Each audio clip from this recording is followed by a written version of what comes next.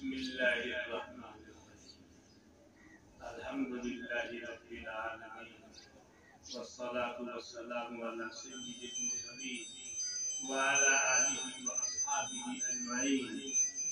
قال محمد بن إسماعيل البخاري رحمه الله تعالى في آخر صحيحه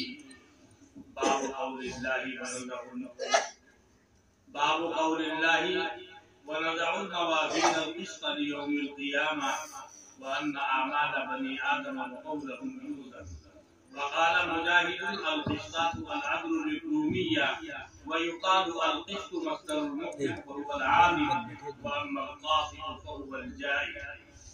وبه قال حدثنا أحمد بن وشناب قال حدثنا محمد بن فضيل عن عمارة بن القعقاع عن أبي هريرة رضي الله عنه أنه قال النبي صلى الله عليه وسلم كلمتان حبيبتان إلى الرحمن خفيفتان على اللسان ثقيلتان في الميزان سبحان الله وبحمده سبحان الله.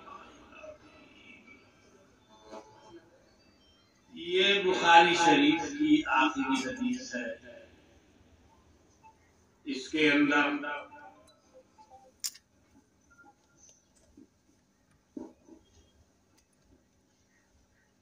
حدیث کا عنوان جس کو ترجمۃ الباب کہتے ہیں وہ بھی آ گیا, سند بھی آ گئی, پوری حدیث بھی آ گئی. پوری حدیث 5 جملوں پر مشتمل ہے. ان 5 جملوں میں سے چوتھا اور 5واں جملہ جو ہے اس میں حضور اقدس صلی اللہ علیہ وسلم نے اپنی امت کے سامنے ایک تسبیح ورد وظیفہ ارشاد فرمایا. وہ تسبیح ہے سبحان اللہ و بحمدہ. یہ حدیث کا چوتھا جملہ ہے. سبحان اللہ العظیم یہ 5واں جملہ ہے. 2 جملوں پر مشتمل حدیث سبحان اللہ و بحمدہ سبحان اللہ العظیم. اس کے معنی ہے میں پاکی بیان کرتا ہوں اللہ کی اس کی حمد کے ساتھ ساتھ. دوسرے جملے کے معنی ہے میں پاکی بیان کرتا ہوں اس اللہ کی جو عظمت اور کبریائی ذات ہے. اس سے پہلے 3 جملوں میں حضرت جناب نبی اکرم صلی اللہ علیہ وسلم نے اس تسبیح کی تعریف کی. تعریف کا پہلا جملہ ہے کلمتان حبیبتان الی الرحمن. یہاں کلمتان کا معنی جملتان. 2 جملے ہیں جو رحمان کے یہاں محبوب ہیں. رحمان اللہ کے 99 صفاتی ناموں میں سے سب سے محترم بالشان نام. 2 جملے ہیں وہی 2 جملے تسبیح والے جو رحمان کو محبوب ہیں اور جو رحمان کی اللہ کی محبوب چیز سے تعلق رکھے گا وہ بھی اللہ کا رحمان کا محبوب بن جاتا ہے. دوسرے جملے میں فرمایا خفیفتان علی اللسان. 2 جملے تسبیح کے اتنے ہلکے پھلکے اور آسان ہیں کہ زبان سے ان کی ادائیگی بہت آسان ہے. ہر آدمی کہہ سکتا ہے, مرد بھی, عورت بھی, عالم بھی, غیر عالم بھی, عرب بھی, عجم بھی, سب اس کو بول سکتے ہیں سبحان اللہ و بحمدہ سبحان اللہ العظیم. پھر آدمی کے ذہن میں آئے گا اتنے ہلکے پھلکے ہیں تو میزان عمل میں ان کا کیا وزن ہوگا. تو بتایا یہ مسئلہ الگ ہے. ادائیگی کے اعتبار سے آسان اور ہلکا ہونا الگ چیز ہے اور میزان عمل میں بھاری ہونا الگ چیز ہے. لا الہ الا اللہ کتنا آسان ہے ادائیگی کے اعتبار سے اور اس کا وزن اتنا ہے وہ قیامت کے دن میں آسمان و زمین سے زیادہ بڑا. اسی لیے فرمایا ثقیلتان فی المیزان. زبان سے بولنا آسان ہے مگر میزان عمل میں دونوں جملے بہت بھاری اور بہت وزن. حدیث پوری ہوئی۔ کلمتان حبیبتان الی الرحمن خفیفتان علی اللسان ثقیلتان فی المیزان سبحان اللہ وبحمدہ سبحان اللہ العظیم۔ اس سے پہلے امام بخاری نے اپنی سند پیش کی اس حدیث میں کہ میرے استاد اس حدیث میں احمد ابن اشکار ہیں، ان کے استاد محمد ابن فضیل ہیں، ان کے استاد عمارہ ابن القعقاع ہیں، ان کے استاد ابو زرعہ ہیں، ان کے استاد حضرت ابو ہریرہ رضی اللہ عنہ ہیں، اور ان کے استاد حضرت جناب نبی اکرم صلی اللہ علیہ وسلم۔ اس کو سند روات کی کڑی کے سلسلے کو سند یا اسناد کہتے ہیں، اور اس کے بعد جو اصل مضمون حدیث ہے اس کو محدثین کی اصطلاح میں متن سے تعبیر کرتے ہیں۔ امام بخاری رحمۃ اللہ علیہ حدیث سے پہلے کچھ عنوان قائم کرتے ہیں جس کو محدثین کے یہاں ترجمۃ الباب کہتے ہیں۔ ترجمے کی جمع تراجم ہے، الابواب والتراجم للبخاری۔ بہت سے لوگوں نے اس کی شروعات کی، ایک ہی مصداق ہے دونوں کا، الابواب والتراجم کا، یعنی باب کا بھی وہی مفہوم ہے، ترجمے کا بھی وہی مفہوم ہے۔ تو حدیث میں جو تیسرا جملہ تھا اس میں میزان کا لفظ آیا تھا، اسی مناسبت سے انہوں نے ترجمہ الباب قائم کیا، باب قول اللہ ونضع الموازین القسط یوم القیامہ۔ اس ٹکڑے سے تعلق ہے اس آیت کا، اسی آیت کو ترجمہ الباب بنا دیا، یعنی قیامت کے دن ہم اعمال تولیں گے، میزان عدل قائم کی، جیسے جیسے اعمال کا وزن ہوگا، اچھے اعمال کا وزن ہوگا تو اس کا حکم بھی اچھا ہوگا، اور برے اعمال کا وزن زیادہ ہو جائے گا تو حکم بدل جائے گا۔ اسی کو کھول کر کے واضح کر کے فرمایا وَأَنَّ أَعْمَالَ بَنِي آدَمَ وَقَوْلَهُمْ يُوزَنُ۔ انسان کے اعمال، اگرچہ انسان کی باتیں بھی اعمال میں داخل ہیں، اقوال بھی اعمال میں داخل ہیں، مگر ان کی زبان سے بہت زیادہ گناہ آدمی کرتا ہے، اس لیے اقوال کا ذکر خصوصیت کے ساتھ کر دیا گیا۔ انسان کے اعمال جس میں اقوال بھی داخل ہیں سب کا وزن کیا جائے۔ آگے جو آیت پیش کی تھی ترجمۃ الباب میں، اس میں لفظ قسط آ گیا تھا، اس کی مناسبت سے تھوڑی سی تحقیق شروع کی کہ ایسا دیکھنے میں معلوم ہوتا ہے کہ قسطاس اسی سے آیا ہے، لیکن اس کے بارے میں بتا دیا کہ لفظ قسطاس اپنے اس مخصوص وزن، اپنے اس مشخص انداز کے ساتھ یہ عربی زبان کا لفظ نہیں ہے بلکہ رومی زبان کا لفظ ہے، جس کے معنی عدل کے ہیں۔ رومی زبان سے اٹھا کر عرب والوں نے اپنی زبان میں اسی معنی میں استعمال کیا، لیکن یہ گفتگو فقط قسطاس کے سلسلے میں ہے، اسی لیے فرمایا وقال مجاہد القسطاس العدل بالرومی۔ آگے فرماتے ہیں یہ شبہ نہ ہو جاوے کہ شاید قاف سین قا کا مادہ عربی زبان میں مستعمل نہیں ہے، یہ مصدر بن کے آتا ہے، اس سے بہت سارے مشتقات مستعمل ہوتے ہیں اور مختلف ابواب میں اس کا استعمال ہوتا ہے، ثلاثی مجدد میں بھی اس کا استعمال ہوتا ہے، اور ثلاثی مزید میں بھی اس کا استعمال ہوتا ہے۔ ثلاثی مزید ہی میں باب افعال ہے، اس کے اندر بھی اس کا استعمال ہے۔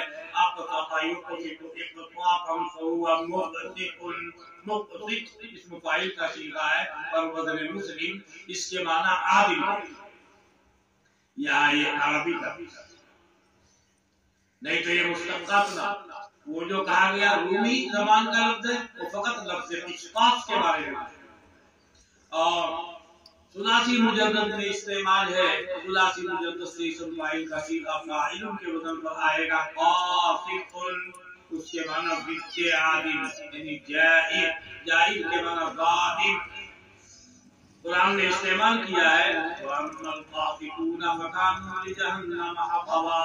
قاسطون قاسطن کی جمع ہے یعنی ظالمون، بے شک ظالم لوگ جہنم کے ایندھن ہوں گے، عربی کا لفظ ہے، اسم فاعل کا صیغہ ہے، قاسطن کی جمع ہے جس کے معنی ظالم ہے۔